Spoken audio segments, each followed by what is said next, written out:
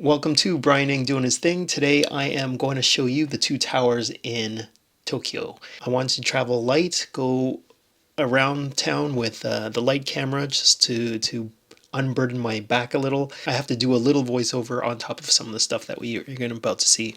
First things first, I woke up really early and then had to check out Yoshinoya. It's early in the morning, so there's not a lot of places to check out for food right now, but there is the Yoshinoya, which is basically a big franchise from Japan. Those that are from Canada, they probably don't know what Yoshinoya is, but this is pretty famous over here. As you can see with this little sign here, they didn't want any noise and stuff like that, so I'm gonna have to voice over what happened over here. The cost of the breakfast, well, we're gonna call it breakfast because it was early in the morning. It was only $6.50, but 650 yen, $6.50. So I wasn't expecting too much. Even from the pictures, it didn't seem to be a lot. But when she delivered it, I didn't expect so much food. They had the soup, the miso soup, and this one is the miso soup that we're kind of used to in North America. And then they had the sizzling beef over there with the fixins and stuff like that. I just mixed all the fixins in there and with the sauce and stuff like that, so it all cooked together, and then I put it onto the rice. Let me tell you, this was definitely worth it. This is a fast food chain. It's super fast, super convenient, very cheap. I wish that there were Yoshinoyas here in Ottawa, so maybe somebody's gonna pick up the franchise and bring it over to Ottawa. But it was pretty amazing. The meat was still tender. The sauce was very flavorful. It was nice and savory with a hint of sweetness to it. There was nice vegetables in there to add to the little crunch and stuff like that. It was for $6.50, you would never expect something like this. So I thoroughly enjoyed it, and I highly recommend anybody on a budget or not even on a budget, if they need to go somewhere convenient, go to Yoshinoya. They won't disappoint. Next, we went to Skytree. This is like one of the tallest structures out there. It's pretty much Tokyo's CN Tower.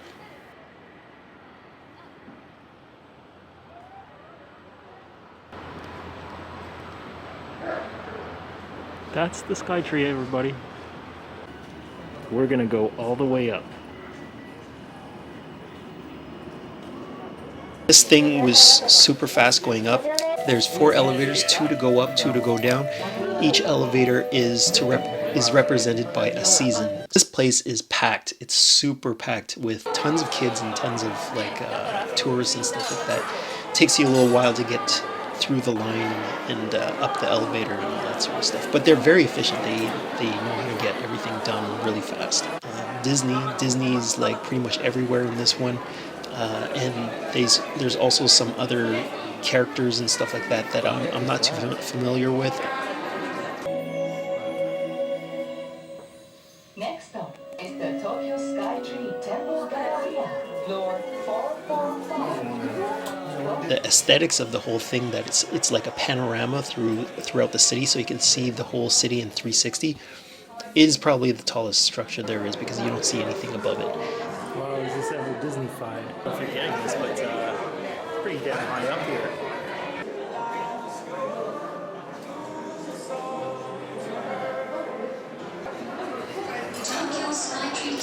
Tons of photo opportunities.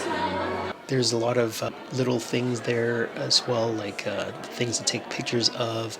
There's telescopes that are like more high-tech with the TV screens in front of it and stuff like that.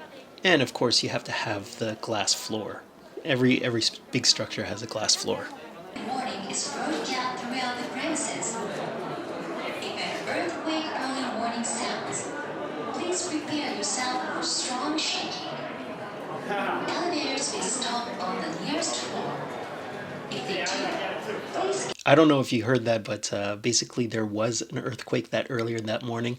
I was woken up early in the morning with a phone alarm, sort of like the Amber Alert that we're used to in Ontario. And basically it's alerted saying that there's going to be an earthquake. And then all of a sudden the room started shaking. I was like, "Oh my God, there is an earthquake." It was it's bigger than the earthquake that I remember from Ottawa, but it wasn't too scary because they kind of warned you and everything. So it is what it is, you know. Like if there was an earthquake, what can you do to stop it? Looks like there's a Chinese festival going on over here for food.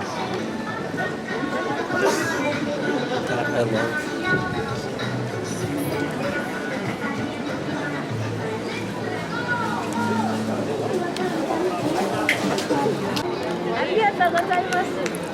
It's not quite as good as, nowhere near as good as Taiwan, because mango is hard to find in Japan, but it's most likely canned mangoes. It's all right, but summer would be much better.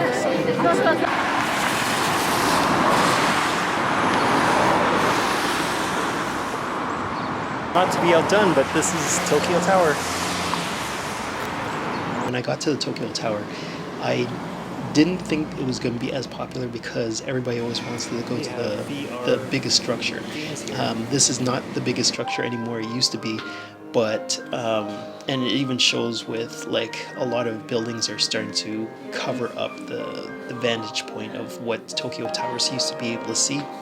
Tokyo Tower, it's been there for quite a long time, so they've established themselves pretty well. The way that they set it up was really nice. Granted, the Skytree hasn't been around for as long, so they don't really have everything set up as well as Tokyo Tower. Well, let's get our curry. I'm getting that one. I'm actually shocked that they're not taking advantage of people where usually for the feature attraction places in Canada and the US and whatever, they tend to overprice the food, but over here at the food court, it's pretty decently priced. I was expecting like $20 or something like that for a meal, but they didn't do that. And another thing that I kind of noticed is that these fast food franchises, they don't really emphasize on selling add-ons like drinks. I'm kind of shocked about that because I thought that's a big thing that they make profit off of, but I could be wrong. Maybe I'm just not reading the menu right and stuff like that, so maybe they are, but I'm not buying it. For the most part, they usually use those machines where you input what you want, you get a ticket, and then you put the ticket in, and then just pick it up when it's ready. Checking out their beef curry with cheese. Never had their Japanese curry before, so let's check this out. I've heard that it's different from every day. It's curry for sure. It's not spicy curry. Really a combination I've never thought I'd ever try it. This beef and cheese thing is kind of interesting. I like it. It's not too bad. $9 is a pretty good deal. It tastes more similar to Indian curry than Thai curries and stuff like that. But for the most part, it's definitely curry. The rice is really billowy to absorb the curry. The meat's pretty tender. Like just a slight spice to it. It's not that spicy though. And then they add a little Japanese twist to it with a little pickled vegetables to it for a little crunch to it. Alright, so let's go up that tower.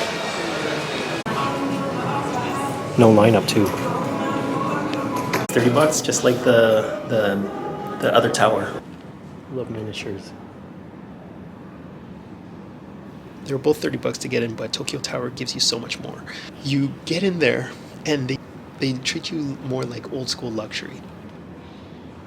They have the tower everywhere. What is this? How's the antenna? There's an elevator liftoff person that's doing the elevator, and they're doing the talking and stuff like that. Because there were so few people when I got there, I got my personal elevator talk and everything. It was kind of weird. And then all of a sudden, I'm in this room and there's not even that many people over there. Great view still. Like I actually kind of prefer this view because it's closer to the buildings. You can actually see some more details rather than looking way at the top, you can't really see as much. You can distinctly look at certain individuals out there. Thing at the very end over there is where Skytree. That's the way that they structured everything is really cool. The decor of the place is pretty cool. Not to say that Skytree isn't as well, because yeah, Skytree is more Disneyfied, whereas Tokyo Tower is it feels a little classier. I don't know how to explain it better than that. They told me I couldn't film this part, certain portion of it. They bring you over to the secret room, and you have the original engineer and the person that was in charge of the Tokyo Towers when they were first created, and they're talking to each other, and they provide you a little lanyard that is attached to some mobile phone or whatever, but it gives you like an earpiece to hear what's going on. They translate everything to English or whatever language you speak, and they explain to you like the history behind what's going on with Tokyo Towers, how it was created, and all that sort of stuff. And then you go upstairs, you get the panoramic, and then you go upstairs even higher, and there's this really cool kind of like mirror, like you're gonna see it in the video here. Um, the way that they structured it was pretty cool for pictures and stuff like that. And then on top of that, the little piece that they gave you, it's like a touch screen, so it tells you like tells you the marking of where you're at, northeast, southwest, and all that sort of stuff. They have a button there to tell you what are the locations, where are the important buildings, and what's the significance of each of the places there are in the city. I would say that this is recommended at the beginning of your trip to Tokyo, if you could possibly do it, because they really describe everything around Tokyo, and then you can make notes of where you want to visit later on, because they'll explain to you what is cool about that area, and then you might have some ideas, and you might want to go to those things as well. So the Tokyo Tower is definitely a must go to if you have the opportunity to do so, if you're there. Kind of prefer this one over the Skytree. Skytree is still beautiful and everything, but Tokyo Tower is like the next level kind of thing. This is what the stamps are for.